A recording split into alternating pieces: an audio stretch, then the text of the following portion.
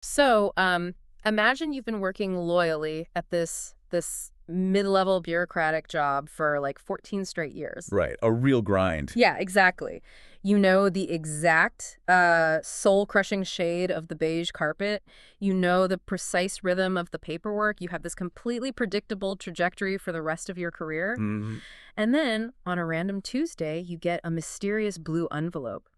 And it grants you this massive promotion to an empty floor, a huge salary bump, and a title that literally means absolutely nothing. I mean, on paper, it sounds like the ultimate corporate fantasy, Oh, my right? totally. You are essentially being paid this premium salary to do absolutely nothing. Right, But that empty space is not a reward. right. It is a meticulously designed, incredibly dangerous trap. Which is wild. And you sent us an incredible stack of sources to look into this exact scenario for today's deep dive. I did, yeah. We've got this mind-bending novel, Kafkaesque Promotion by Max and Claude, plus the author's kind of cryptic post-release interviews, and a handful of recent op-eds dissecting the legal nightmare of AI copyright. Yeah, it all connects in a really fascinating way. It really does. So our mission for this deep dive is to basically synthesize all of this. We want to unpack how giant systems weaponize our identities, how to, fight back using the very rules designed to crush us, and what this fictional story reveals about the very real modern horror of the spreadsheet. And, the stakes here are genuinely profound. Yeah. Yeah, we are looking at what happens when human agency is entirely detached from digital output. And the bureaucracy we are exploring today, it isn't some magical Gothic castle.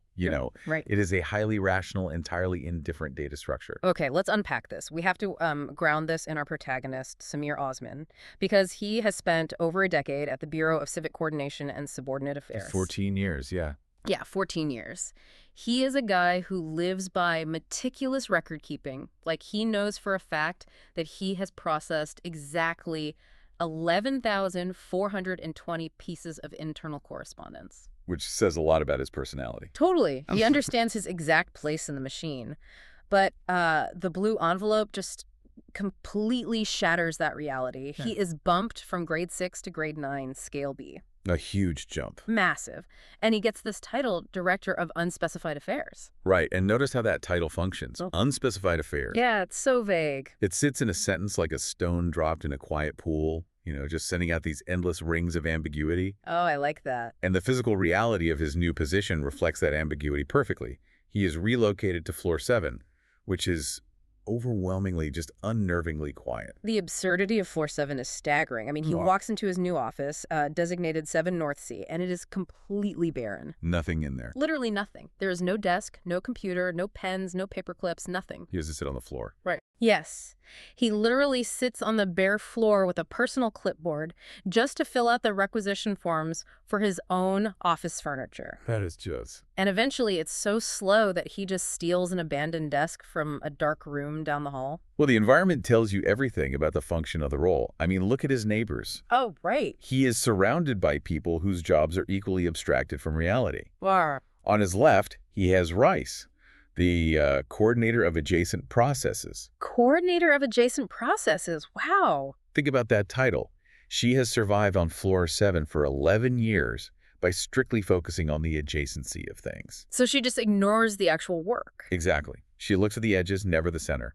She actively ignores the larger picture to protect herself. That's so dark. And on his right is Vale, the subdirector of outcomes pending specification. Right, Vale. Yeah, and Vale is the one who breaks the silence and explicitly warns Samir that his new role isn't just weird, it's actively dangerous. See, I read that setup, and my first thought was honestly about video games. Really? How so? Well, Samir is getting paid a grade 9 salary to just exist in an empty room. To me, this feels exactly like a video game glitch. Oh, like when you fall through the map. Exactly. If you've ever clipped out of bounds in a game, suddenly you're standing in a developer testing room. There are no textures on the walls, no tasks to complete, no enemies to fight. You're just in the void. You're just standing in the void. And honestly, getting a massive paycheck to sit in the void sounds like a dream scenario for a burnt-out employee. Well, it is a dream scenario until you realize the void is feeding on you. Wait, what do you mean? The Bureau is intentionally isolating Samir by removing the friction of actual work. The psychological brilliance of this trap is sedation by salary. Station by salary. Yeah, the money hitting his bank account is real. The prestigious title is real. The system uses those tangible, heavy rewards to pacify the employee. So he just doesn't ask questions. Exactly. You become so comfortable, so relieved by the lack of daily friction, that you don't realize your actual agency has been entirely stripped away. You are essentially being kept in a padded room while your identity goes to work without you. Oh, wow. And that is the terrifying pivot of the story right there. Yeah. Because Vale tells Samir the one rule of Floor 7, which is keep a record. Right. Because things are happening in Samir's name, the office isn't actually empty. Precisely. The role of Director of Unspecified Affairs is an active, functioning mechanism. It is just being utilized without Samir's knowledge or consent. So Samir starts, digging through the internal archives, and he discovers documents bearing his name, his specific office routing code, and even a digitally replicated version of his own signature. Yeah, they literally forged his digital signature. It's insane. And the most damning piece of evidence is this massive 112-page document called the Hellenlander Report. Samir has never seen it before in his life, but according to the system, he authored it. And this report is being used to justify a massive, sinister consolidation of the Bureau's Eastern Division into something called the Integrated Eastern Operations Authority. We have to look at the mechanics of what that consolidation actually means. Yeah, please break that down. It is a massive conflict of interest. The new authority groups internal filing, legal compliance, and resource distribution into one self-regulating island. So nobody's checking their work. It effectively removes all checks and balances. But to create an entity that bypasses normal oversight, the architect of the scheme needs an authorization mechanism that falls outside standard specifications. Unspecified affairs. That is exactly what Unspecified Affairs provides. It is a bureaucratic master key that fits every lock because it has no defined shape. That is so creepy. But the scariest part is the history of that master key. Because Rice finally tells Samir what happened to the people who held the title before him. The previous directors. Right. The first director, Tabarin, he tried to define the role. He wrote a 200-page framework detailing what unspecified affairs should actually mean. And the system didn't like that. Not at all. He was promptly exiled to a miserable Western satellite office. Then the second director, Casper, he just played along. He signed the mysterious papers, enjoyed the salary, and ended up taking the fall for corruption, resigning in disgrace. Yep. The third, Ofosu, actually figured out the fraud. He documented it, reported it internally to his superiors, and was immediately fired.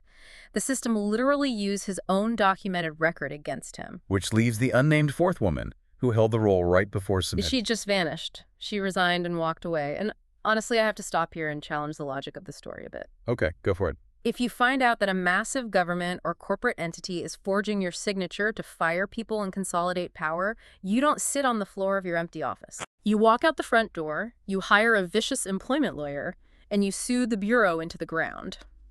Why not just quit, like the fourth woman did? Well, in the real world, yes, you get a lawyer. But within the closed, insular reality of this specific bureaucracy, standard legal logic just completely collapses. How so? This is what Race is trying to explain to Samir. What's fascinating here is that the trap is the institution's memory. If you leave, your physical body is gone, but the record remains. Oh, because your name is still on the files. Exactly. Your digital token, your name, is still permanently baked into those fraudulent documents. The brilliance of this nightmare is that the system absorbs every possible human reaction and weaponizes it. Wait, how does it weaponize quitting? Because the system holds the person whose name is attached to the documents responsible, whether their human hand signed them or not. Oh, I see. If you protest internally, like Ofosu did, your protest is logged as evidence of incompetence or insubordination. If you stay silent and take the money, your silence is logged as complicity. And if you flee? Leaving simply becomes an undefended guilty plea. You aren't there to answer the charges, so the system finalizes your guilt in absentia. That is deeply unsettling. You can't fight, you can't freeze, and you can't flee. It's like a perfectly sealed room. Precisely. So how does Samir actually fight back? Because he doesn't give a dramatic Hollywood speech. He doesn't steal a hard drive and go rogue. No, he doesn't. He fights paper with paper. He weaponizes the bureaucracy's own love of documentation against itself. Right. He goes out and buys notebooks 1 and 2. In notebook 1, he tracks every single false document he didn't write, which is 43 of them in total. A huge paper trail. Yeah. And in notebook 2, he tracks the human cost. He meticulously lists the 11 innocent employees, people like Dragovich, Lim, and Searle, who were quietly fired or, transitioned out of the company by documents bearing his forged signature. He is building a parallel architecture of accountability. I love that phrase. He is moving from just being a passive victim of the void to actively mapping the exact dimensions of the thing that is trapping him. But mapping the trap isn't enough to break it, right? He needs a silver bullet, and he gets it from Petrick. Petrick. Yeah, this young, incredibly fearless colleague from his old days on floor 4. Petrick dives into the archives and discovers an anomaly in the authorization chain. It's what they call a positive absence. Yes. Petrick finds a fake deputy commissioner confirmation number, 7DC KONF 2847. We really need to pause and explain the mechanism of this because it is the absolute linchpin of Samir's survival. Definitely. Everything else Samir found, the forged signatures, the fake reports, required proving a negative. He would have to stand in front of an internal review board and say, I didn't sign this. Right. And as we saw with Ofosu, the internal review board is corrupt.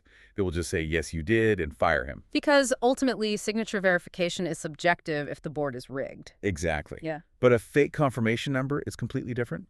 It is a positive absence. It is a mathematically verifiable system error. Okay, I follow. When a document is routed, it requires a valid routing code to exist in the database.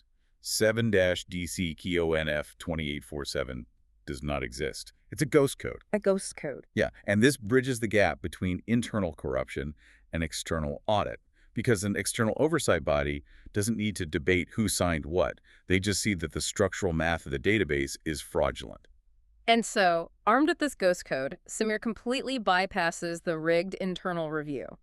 He files an external citizen complaint with the MOA. The Municipal Oversight Authority. Right. And because the MOA is an external government body, the moment the complaint is filed, it enters the public register.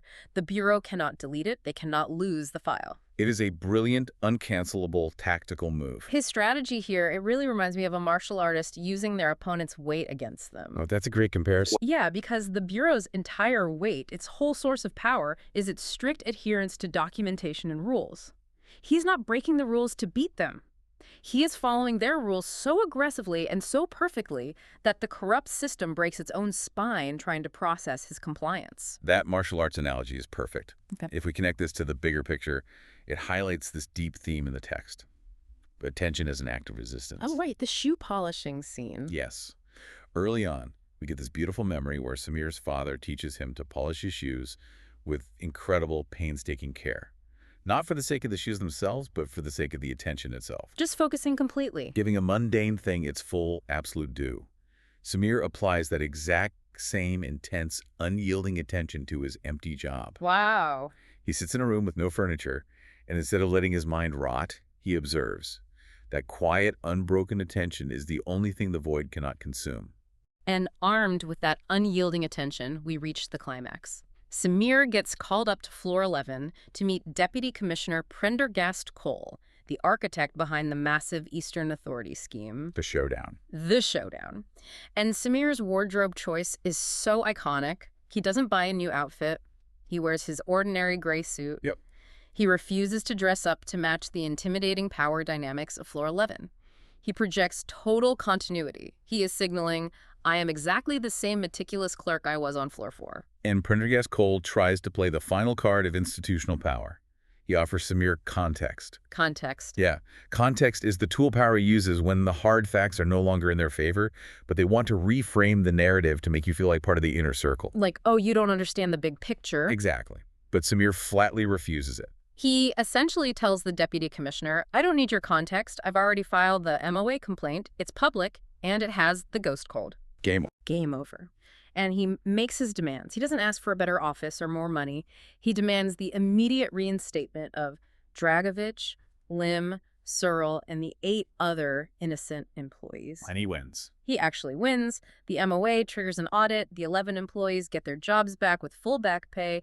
The corrupt Eastern Authority is dissolved, and Samir's name is legally cleared. It's amazing. He even stays in the role, but accepts a redefined version of it. He will actually illuminate bureaucratic gaps rather than be used by them. It is a restoration of balance, really. Not a traditional hero's triumph. The massive machinery of the Bureau doesn't stop churning, but Samir's relationship to it fundamentally changes. He refuses to be absorbed. Right. So you read this incredibly tight, satisfying bureaucratic thriller. You get to the final page, and then you turn to the author's notes added at the end of the text. New twist. The twist, and this is where my jaw genuinely hit the floor.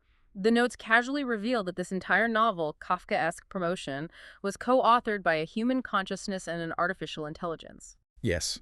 The text explicitly states it's a collaboration between a human author and whatever it is that I am, using the instrument of pattern and language. I have to admit I am struggling a bit to connect the dots here. How so? We just spent all this time talking about a corrupt middle manager forging paperwork in a government office. How does a gray-suited bureaucrat represent ChatGPT or an AI language model? It feels like a massive conceptual leap. It feels like a leap until you look at the underlying mechanism. Think about how AI generates output. Okay. It scrapes vast amounts of data, recognizes patterns, and generates text or actions without any actual human comprehension or consent. Right. Now look at the Bureau. The Bureau scraped Samir's professional identity, his routing code, his signature, his history of compliance, and used it to generate the 112-page Hillander report without his knowledge or consent. Oh, wow. The one-to-one mapping is perfect. The horror of Samir having work generated in his name that he didn't write is the exact same horror an artist feels when an AI generates an image in their specific style. Or a writer feels when a machine perfectly replicates their voice. Exactly. Wait, really? That completely changes the meaning of the entire story. It does. The Kafkaesque nightmare isn't about some vague dystopian government. It's a spreadsheet. It's a massive metaphor for AI co-authorship. It's the terrifying reality that a machine can generate a real-world action with your digital signature, and the wider system literally cannot tell the difference between the human and the algorithm. And this is exactly what the author's notes are trying to unpack. The deep philosophical core of this is about the severing of guilt from innocence. What do you mean by that? Well, in a traditional Kafka story, like the trial, the horror is being accused of a crime you didn't commit by an irrational, malicious system. But here the horror is that the system is highly rational, and it possesses absolutely zero malice. It's just indifferent. Completely indifferent. Guilt and innocence have been entirely severed from each other. If a system generates a report using your digital token, and that report fires 11 people, the system doesn't care if your human hand held a pen. It just checks the box that says authorized. It processes a fabricated digital signature exactly the same way it processes a real one. The system's indifference to the truth of human agency is the modern horror. That gives me actual chills. It forces us to ask, like, what does it mean to be legally and morally responsible for output that you had absolutely no hand in creating? Just because your digital code or your name is attached to the metadata. Exactly. And the severing of human action from digital output isn't a mystical sci-fi concept anymore. As those op-eds you sent us point out, it is a purely administrative reality happening right now. Man. We started with a guy getting a supposedly lucky blue envelope on a Tuesday, and we ended up with this profound meditation on accountability, the weaponization of our digital identities, and the future of human agency in automated systems. It serves as a stark reminder that in any complex system, whether it is a corporate bureaucracy or a massive algorithmic architecture, the spaces that remain unspecified are where the real power operates. It really makes you evaluate your own daily life. To you listening right now, thinking about your own workplace or your digital footprint, where are the unspecified affairs in your world? A great question. What massive systems, whether it's an end-user license agreement, an automated HR platform, or an algorithmic feed, are you blindly trusting just because the paperwork or the user interface looks correct? It raises an incredibly urgent question about how we choose to navigate these systems moving forward. Are we going to be like Rice, surviving by keeping our heads down, only looking at adjacent processes and ignoring the void? Or are we going to sit in the empty room, pay absolute attention, and trace the lines of the architecture that surrounds us? Right. Which leaves us with one final thought to explore on your own. If a machine can perfectly replicate your voice, your signature, and your professional labor, and the broader system truly doesn't care whether the output came from the real you or the digital you, at what point does the digital replica actually become the primary employee And you, the breathing human being, simply become the unspecified glitch in the machine. That is the reality we are walking into. Thank you so much for sending us this stack of sources and joining us on this deep dive. We'll catch you next time.